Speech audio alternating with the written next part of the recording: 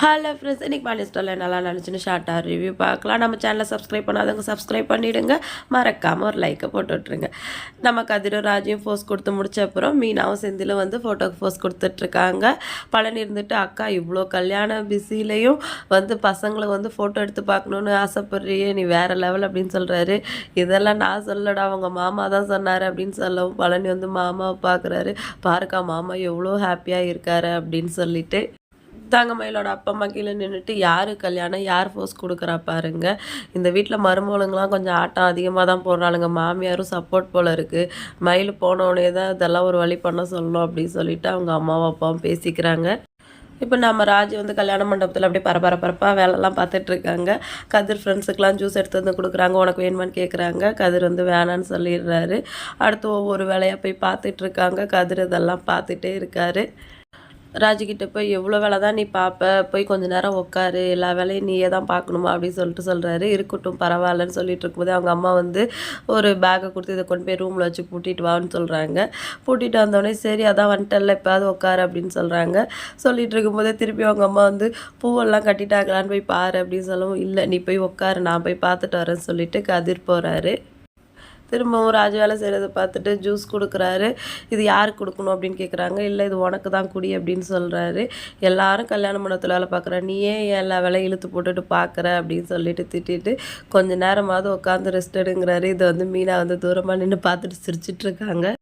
கதிருக்கும் ராஜுக்கும் இருக்கிற பாண்டிங் வந்து day by day வந்து சீரியலில் இம்ப்ரூவ் ஆகிட்டே போயிடுது. பார்க்கவே ரொம்ப க்யூட்டாக இருக்குது.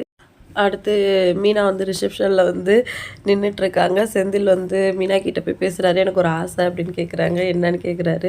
நம்மளும் அந்த ரிசப்ஷன் சேரில் போய் உட்காந்துட்டு பொண்ணு மாப்பிள்ளை மாதிரி ஒரு ஃபோட்டோ எடுத்துக்கலாம் அப்படின்னு சொல்கிறாங்க. அப்போயே செந்தில் வேணாங்கிறாரு. யாராவது பார்த்தா என்ன நினைப்பாங்க அப்படின்னு சொல்லிட்டு வாங்க ஒரு ஃபோட்டோ எடுத்துக்கலாம் எல்லோரும் போயிட்டாங்கன்னு சொல்லி கூட்டிகிட்டு போகிறாங்க.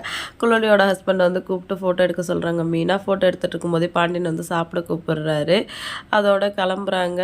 அதோட குழலி ஹஸ்பண்ட் இருந்துட்டு அவங்க கிட்ட கல்யாணத்துக்கு வந்து அப்பா அம்மா வந்து ஒத்துக்கலைன்னா ஒத்துக்கிற வரைக்கும் வெயிட் பண்ணணும், இல்லைன்னா வந்து இப்படி தான் அடுத்தவங்க கல்யாணத்தில் ஃபோர்ஸ் கொடுக்க வேண்டியிருக்குன்னு சொல்லிட்டு ஃபோனை கொடுத்துட்டு போயிடுறாரு. செந்தில் மீனாட்ட இதெல்லாம் தேவையா அப்படின்னு கேட்குறாரு. விடுங்க, நம்ம ஒருத்தவங்க கிட்ட ஹெல்ப் கேட்டால் இப்படி தான் ஃப்ரீ அட்வைஸ் ஏதாவது கொடுப்பாங்க. இவர் இதை ரொம்ப நாளாக நம்மக்கிட்ட சொல்லணும்னு தொண்டைக்குழியிலே வச்சுட்டு இருந்தார் போல், இன்றைக்கி சொல்லிட்டாரு. ஆனால் இவர்கிட்ட இருந்து நான் இதை எதிர்பார்க்கல அப்படின்னு சொல்கிறாங்க. அடுத்தது எல்லாருமே உட்காந்து பேசிகிட்டு இருக்காங்க. மீனாவும் ராஜு எல்லாருக்கும் ஐஸ்கிரீம் கொண்டாந்து கொடுக்குறாங்க. கோமதி இருந்துட்டு ஏன்டி நேரத்துக்கு ஐஸ்கிரீம் கொடுக்க தொண்டை கட்டிக்கிச்சுன்னா என்ன பண்ணுறதுன்னு கேட்குறாங்க. நீங்களாம் நாளைக்கு கல்யாண கச்சேரியில் பாட போகிறீங்க அப்படின்னு சொல்ல உனக்கு ரொம்ப வாய் கொழுப்பு தான் அப்படின்னு சொல்லிட்டு கோமதி வந்து மீனாவை கிண்டல் பண்ணுறாங்க. நம்ம குழலி வாய் வச்சுட்டு சும்மா இருப்பாங்களா? ஏன் வந்து தங்க நகை போடாமல் இந்த நகையை போட்டிருக்கேன்னு கேட்குறாங்க. இல்லை ட்ரெஸ்ஸுக்கு மேட்சாக இருக்கும் போட்டிருக்கேன் அப்படின்னு சொல்லிட்டு மயில் சொல்லி சமாளிக்கிறாங்க. அவங்க அம்மா இருந்துட்டு இல்லை நாளைக்கு கல்யாணத்தில் எல்லா நகையும் போட்டுருவோம் அப்படின்னு சொல்கிறாங்க. குழலியோட மைண்டை டைவெர்ட் பண்ணுறதுக்காக கல்யாணத்துக்கு நாங்கள் பாதி பணம் தரணும், இல்லை நாங்கள் போய் எடுத்துகிட்டு வரோம்னு சொல்லிட்டு பணத்தை எடுத்து வந்து கொடுக்குறாங்க. குழலி அதுக்கும் அது என்ன கல்யாணமே இன்னும் முடியல, இன்னும் எவ்வளோ செலவாகும் தெரியல, இப்போ பணம் கொடுத்தா எப்படி அப்படின்னு சொல்லிட்டு கேட்குறாங்க. அதுக்கு வந்து இன்னொரு ரிலேஷன் இருந்துட்டு அதான் நகை வந்து கணக்கெல்லாம் போடுறாங்கல்ல, அதனால் நீங்கள் பணத்தை எப்படி அவ்வளோ கணக்காக கேட்க முடியும் அப்படி கேட்குறாங்க. அப்போ நகை வேணால் இடம் கொடுத்து பார்த்துடலாமா சொல்லவும் எல்லாருமே ஷாக் ஆகிடுறாங்க. கோமதியும் பாண்டியனும் வந்து வேணவே வேணாம், எங்கே வேணால் அந்த மாதிரி நடக்கட்டும், நம்ம வீட்டு கல்யாணத்தில் வேணாம் அப்படிங்கிறாங்க.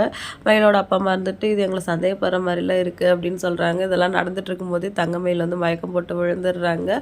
உண்மையிலே மயக்கம் போட்டு விழுந்துட்டாங்களா, இல்லை இதில் எந்த எஸ்கேப் ஆகிறதுக்காக ஏதாவது பிளான் பண்ணுறாங்களான்னு சொல்லிட்டு வெயிட் பண்ணி பார்க்கலாம். கல்யாண கலாட்டா இன்னும் அடுத்த வாரமும் இருக்குது. வீடியோவை பிடிச்சிருந்தா லைக் பண்ணுங்கள். இன்னொரு வீடியோவில் மீட் பண்ணலாம். டாடா பாய்.